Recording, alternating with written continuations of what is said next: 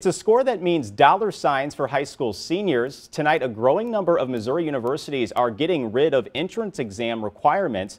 The ACT or SAT will be optional for incoming freshmen next fall. All new at 6, News 4's Caroline Hecker explains why some education experts say you should be leery. Earlier this spring, many ACT and SAT tests were canceled as a result of COVID-19, but they're slowly beginning to reappear with the next test date scheduled for the end of October. And while many kids may be jumping for joy at the idea of foregoing a standardized test, there are some important factors to keep in mind. It's historically been an indicator of preparedness and academic ability.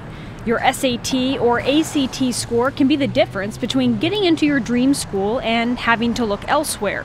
But for the high school class of 2021, the choice is up to them. We'll look at standardized testing if a student has elected to submit that. If you don't have testing or choose not to submit it, that is A-OK. We're still going to be looking at all those other pieces of your application. Washington University in St. Louis, SLU, and Mizzou, just a few universities in Missouri that will be test optional next fall. But Jason Marks, who heads a local tutoring company, warns parents against skipping out on the exams. Highly competitive colleges are used to seeing these numbers that students that don't submit may find themselves, because of the volume of submissions, at somewhat of a competitive disadvantage. Admissions officers at St. Louis University argue a student's high school transcript is the best indicator of first-year success and are aiming for what they call a neutral playing field for prospective students. Submitting a test score could always help a student's chance at being admitted to the university,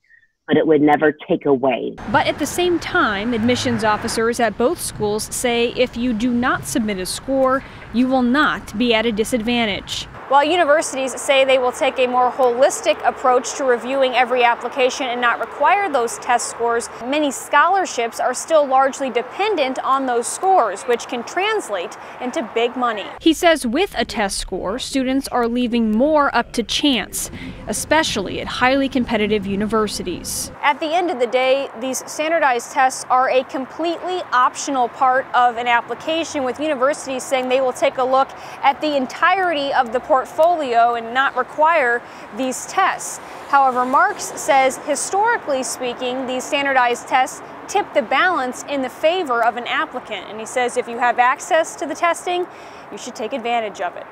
In St. Louis, Caroline Hecker, News 4.